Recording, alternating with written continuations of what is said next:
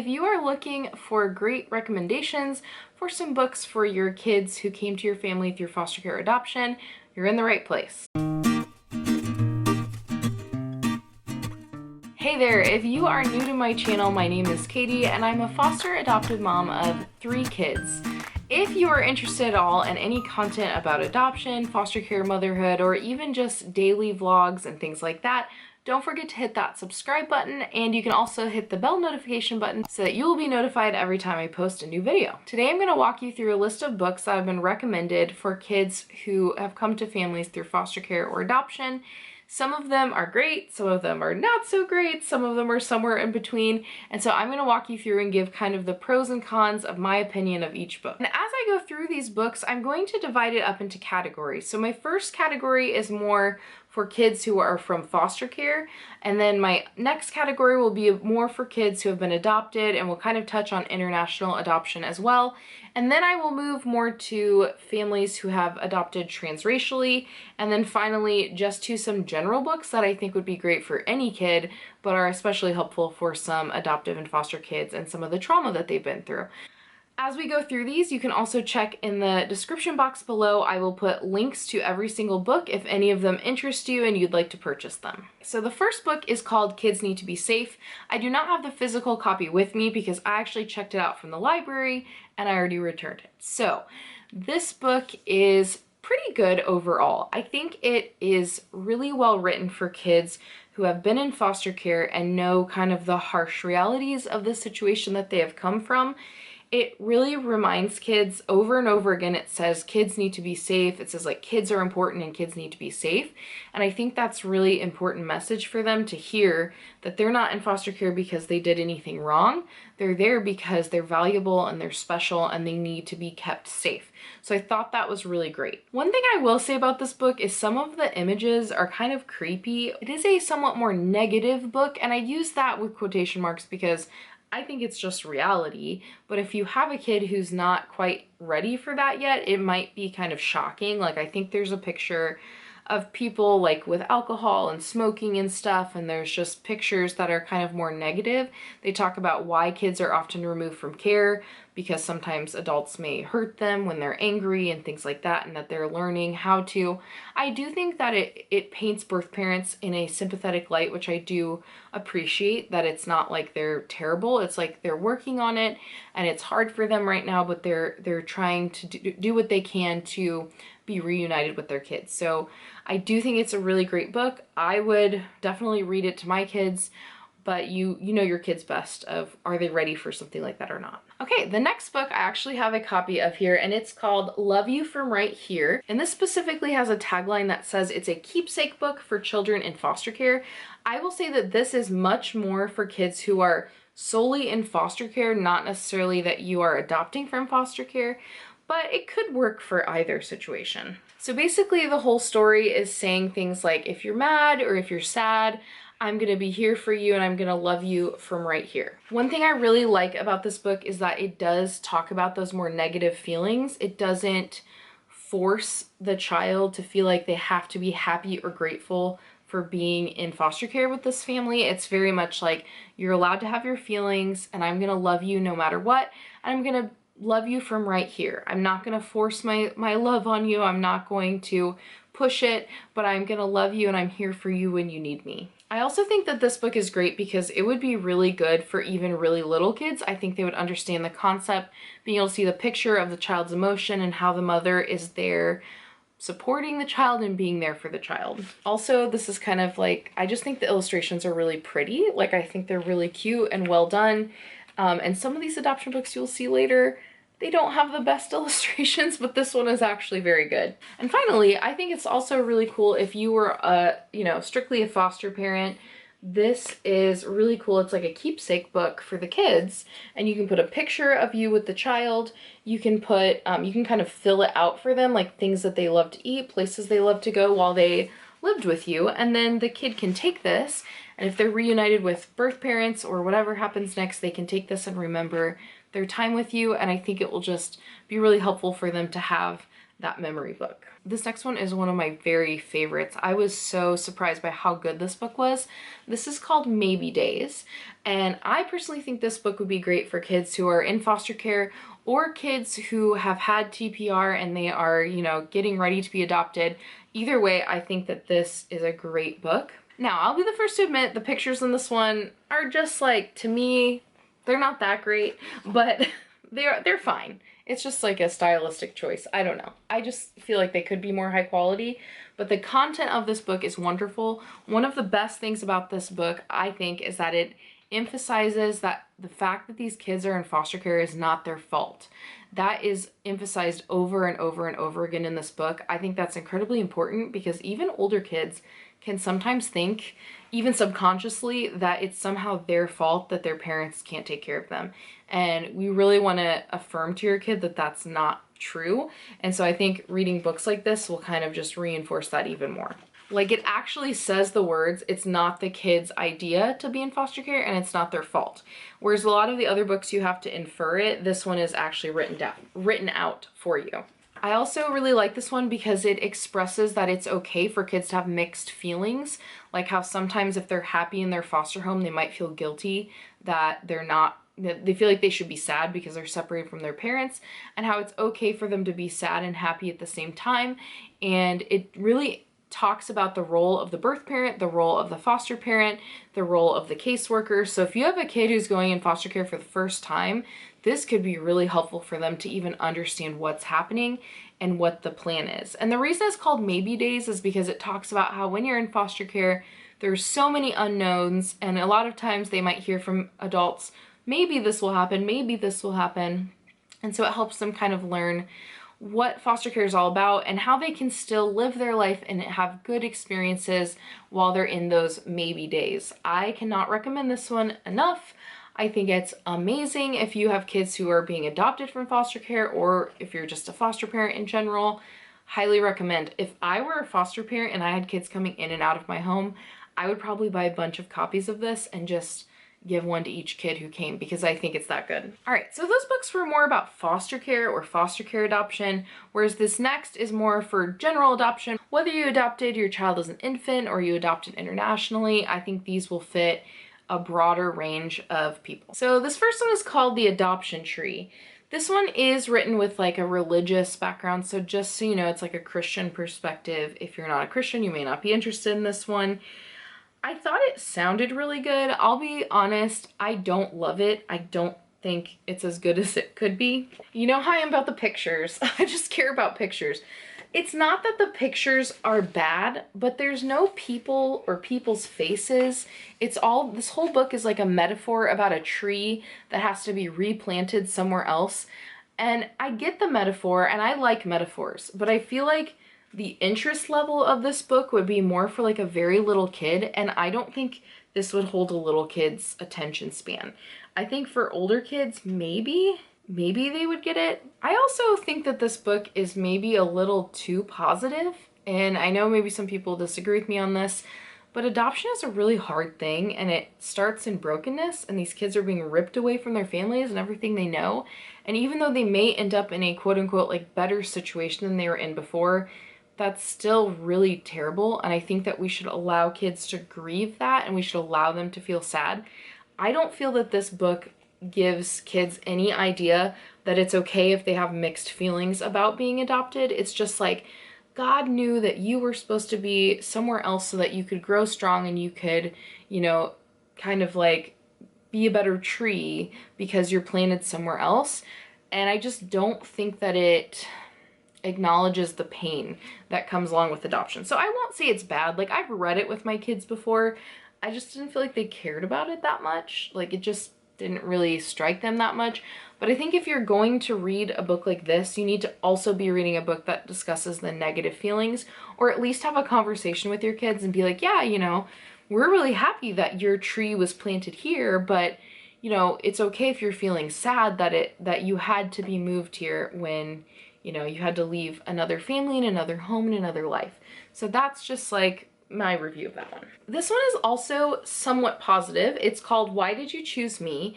And while it is positive, I don't think it's as like toxically positive as the last one I showed. This one addresses kids' fears a bit about why did their parents choose them, and what if they're not the kid that their parents imagined? Why didn't their parents choose someone who's more talented or more fun or more beautiful or more exciting? And I think a lot of adopted children do struggle with that because we use that language of like, I chose you.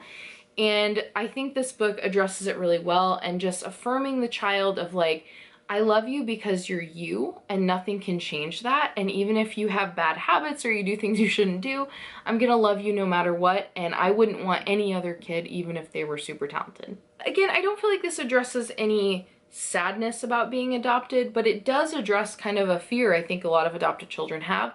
And my one complaint is like, okay, the front cover picture is pretty cute, but some of the pictures inside, like some of them are okay, but some of the drawings I'm kind of like, I mean, I'm not an artist, so maybe I shouldn't be complaining, but I don't find the illustrations to be that good. I was kind of like, some of these look like, I don't know, like a child made them. Like this one with the gymnastics girl, like look at her face. Again, I'm just being critical. All right. So this one is called We Match on the Inside.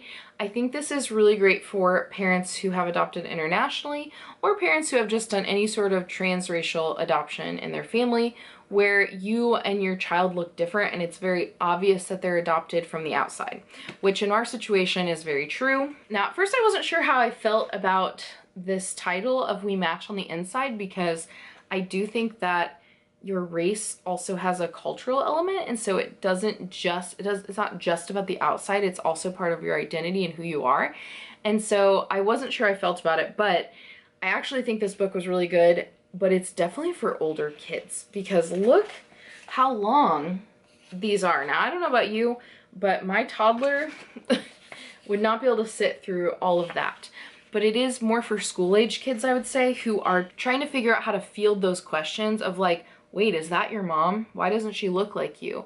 And it gives kids different roles that they can play. I think it's like the magician, the comedian, and the teacher. And it's like allowing kids to choose which one they want to do. So I think the magician is like distracting them from the question and just like moving on if they don't really feel like explaining it to that person. The comedian is like making a joke about it so that they can move on and not have to explain it. And the teacher role they express is more for people who are really close with you that you feel comfortable sharing your story with.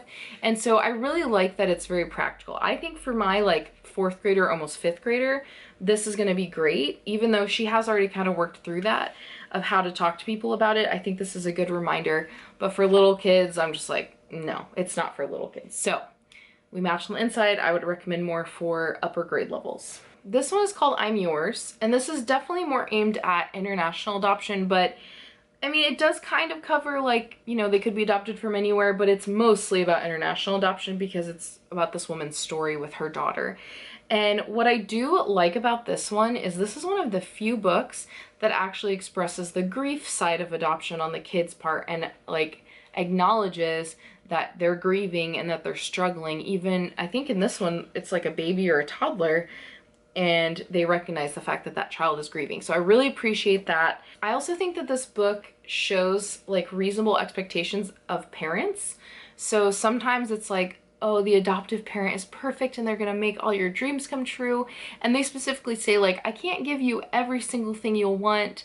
I'm not gonna be perfect, but I promise to love you no matter what, and all of those things. So I think that's really great. It's a much more realistic book than a lot of adoption books I've seen in the past.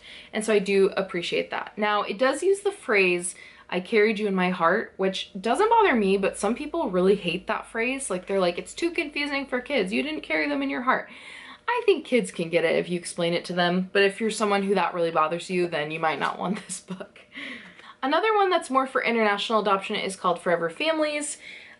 This one was definitely pretty much all about international adoption. I don't really feel like it applied to my kids very well because it's just a totally different situation. I would also say that this one is more for very little kids. Like if you have toddlers or little kids who are adopted internationally, this would be a great place to start, but please don't end here because this one again is just very positive. There's no reference of feeling sad about being adopted, no reference of like the loss that they faced. And I think kids need to be aware of that. Maybe you don't agree with me. Maybe you think, oh, let's just be happy and positive with kids. But the reality is those feelings are there. So I'm not saying this is a bad one. I've read this with my kids before and they liked it. I think the concept of forever families is really cool. They have pictures of families that, you know, might look like your family if you've adopted, which can be helpful for kids to see. But I will say again, kind of with another one I mentioned, make sure this isn't where the conversation ends. Make sure that you actually just go further than this book and say, hey, you know, we're your family forever. We're so happy you're with us. But if you're having negative feelings or if you're sad, that's okay. The next 3 books I am reviewing are more about parents who have Black children or have biracial children, and I just wanted to quickly go through them. So this book is not specifically about adoption at all. This is just called When God Made You, and when I saw the cover, I really loved it because I love like the representation. You know, clearly this girl's the main character. She's got her cute braids. She's looks confident and all this stuff. And so I thought, okay, this one might be good to get for the kids. I think I ordered it on Amazon. The good thing about this book is that it's very positive about, you know, you're perfect just the way you are and you're loved just the way you are. God made you perfectly. It does have a religious like tone to it, just to be clear. Obviously it's called When God Made You. Wasn't thinking about that part. But I do think that it is very positive. I think it could help kids feel good about themselves. My biggest problem with this book is that she like talks to a stranger in this book, and then the rest of the book she's like going off with this stranger doing things, and I'm like, and it's like this man. I just personally think that is very weird to put in a children's book, especially for me having kids who have been through foster care who sometimes don't know a stranger. Like, you know what I mean? Like they think everybody's their friend. I have to really teach them like not every adult that we see we should talk to. That's not safe. This was kind of weird. Let me show you the picture of the creepy guy. I mean, he's just like this sad, like French mime looking guy. I don't know if you can see him, but literally she meets him in like the middle of the book and he's sad because his painting was messed up on the sidewalk, and then she paints all this stuff, but then it shows them like flying through the sky together, and I'm like, maybe let's not teach kids to talk to strangers, and that's going to be that fun if they do. Just a little weird to me. So I don't know if I'd recommend this. I mean, still a cute like concept. I love like the words, but I thought it was weird that she's with this like random guy. All right, this next one, we actually got this from the Dolly Parton Imagination Library, and I was super excited when we got it. It's all about black hair care, and it talks about a dad who's trying to help his daughter do her hair, and he really doesn't know what he's doing that well. It doesn't seem like at first.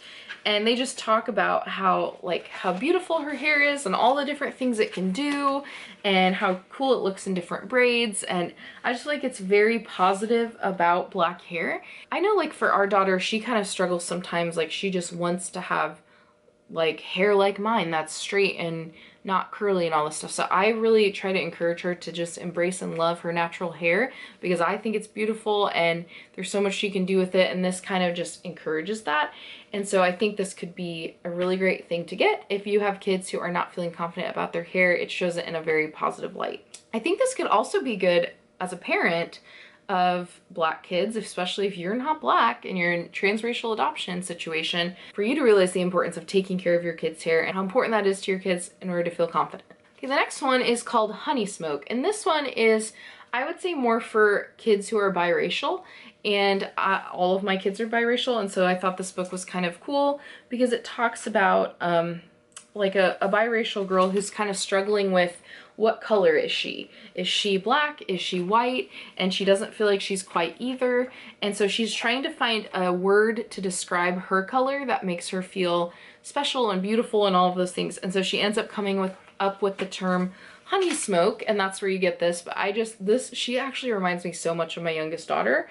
And so I thought, oh, this would be cool for her to see someone who looks like her and understand that she has like, you know, a black parent and a white parent and how she's beautiful the way she is. So I really enjoyed this one. Also, the illustrations are beautiful and the colors, I just love it. It's so pretty. Okay, so the next 2 books I want to talk about are not written specifically for kids in foster care or who have been adopted, but I actually think these books could be helpful for any kid about regulating their emotions or helping them feel more secure and attached to people. but I do think that they work really well for kids coming from those situations just based on the topics. All right, so the first one in this category is called The Little Spot of Anger. And there are actually a lot of books in this kind of series. There's like The Little Spot of Anxiety. I don't know, there's like a ton of them. So you can look them up, but it's all about helping kids manage their feelings and understand their feelings. So the whole concept of this book is explaining that it's okay to have feelings, but that sometimes when our feelings get too big, like this spot of anger getting bigger and bigger, then we don't really feel very good. And so we need to find a way to kind of calm ourselves back down so that we can have conversations, play, and feel good again. And so basically this whole book is just an instructional book. It teaches kids to count down on their fingers, and then they take in a deep breath and blow that breath out onto their fingers to calm them down. In reality, it's supposed to be helping the child calm down by using some breathing techniques and some counting techniques. And we have found this to be really helpful. We read it to our 2 younger kids probably almost a year ago, and we haven't read it much since, and we still use that method of counting down and breathing on your hand. And so that is something that I have seen work in some situations. It doesn't work always, but it is good to just have in your toolbox of ways to help your kid emotionally regulate themselves. And it just, yeah, gives you something to go to, like, okay, count on your fingers, let's calm down your spot, things like that. So I thought this book was good. I'd be really curious to check out the one about anxiety, because I think my kids could benefit from that as well. Maybe I could benefit from it as well. But yeah, I definitely recommend this one. Oh yeah, looks like on the back they have like spot of kindness and things like that as well. So those might be worth looking into. All right, this book I absolutely love. The other one is more practical that I just talked about, but it's not like as much of a cute or fun read. This one I think is just beautiful. I absolutely love the illustrations. I think they're so cute. I think it's a very like heartwarming, comforting story for kids. And the whole thing is about the concept of this invisible string. And the invisible string is like a string that connects your heart to the hearts of other people. Even when you're far away from them and you might not be able to see them, you still know that your hearts are connected. The woman who wrote this actually read the story in the back of this book. She came up with this because her son had really intense separation anxiety when she dropped him off at daycare. And this was like the way that she would explain to him that they were still connected, they were still together no matter what, and that she still loved him even if she was gone. And I guess that concept just kind of caught on, and when she told more and more people about it, they found it so comforting. And so she wrote this book, and it just explains, it's like about 2 kids who are going to bed at night and they don't want to be apart from their mom, and she explains the invisible string, and then they talk about all the different situations where the string can be connected. Like if the kids are at school and the mom goes, they're still connected by their hearts. Even if someone's traveling and they're away from you for a while, so maybe if you had kids and you had a parent in the military, this would be a great one. There's so many situations where this could be a really great book to read with your kids. I think that kids who have been adopted or in foster care situations could benefit from this book a lot, simply because they have had oftentimes multiple caregivers and they have been disconnected from them, or maybe some of them you have contact with, some of them you don't, but just to remind them that they're still connected even if they don't talk to that person or if there's no way to communicate with them anymore. And even if there is a way to communicate with them, we use this book for our kids when they moved in and they were really missing their foster mom. Their foster mom is like an 82-year-old woman. She's amazing, and they still talk to her on the phone, but I think it was just comforting for them to know that they were still connected and still connected with their bio mom and all of those things. So they found it very comforting. It's kind of funny because I bought this off of a list that I saw, and then like a couple months later my social worker was like, hey, I got something for you, and it was this book, and I had to be like, oh, we actually already have that. But yeah, it's definitely a great book for that. And if your foster adoptive child has a lot of separation anxiety, which is very common if they've dealt with abandonment and stuff before, this can be helpful for that as well. So there you have it. Those are all the books in my adoption foster care collection. Obviously, there are tons more books out there that we could review or talk about, but those are some of the ones that I owned and I wanted to just share with you. Obviously, some of those I recommend a lot more than others. I think out of that group, I'd probably say that Maybe Days and Invisible String are probably my favorites, because I think that they just really address like the fears and feelings of the child while also having a positive light as well. So I would highly recommend that. I love a lot of the books I talked to you about today. Some are kind of just okay in my opinion, but I hope that you got some great ideas of books that you can read with your kids. These would make great birthday presents or Christmas presents or just a random gift to let your kid know that you're thinking of them and you love them. We've done that before. We'll just like order a book and surprise the kids with it, and it just makes them feel good. So that can be something great. If you have any other book recommendations that you want to share with this community, go ahead and put them down in the comments so that we can get even more ideas. I know that there are way more adoption and foster care books than just these out there. And I'd love to hear if you have any that your family really loves reading, because it's always good to have recommendations. I always love reading your comments and hearing your stories. It just warms my heart to know that we have this community of people who are all kind of going through this journey together. And I just, some of your names I see again and again, and it's so cool to see you guys interacting with me and with one another in the comments. As always, don't forget to like this video if you enjoyed it so that more foster and adoptive families can find my videos. It helps so much. And don't forget to subscribe if you're not subscribed. Thanks so much for watching, and I hope you're having a great week.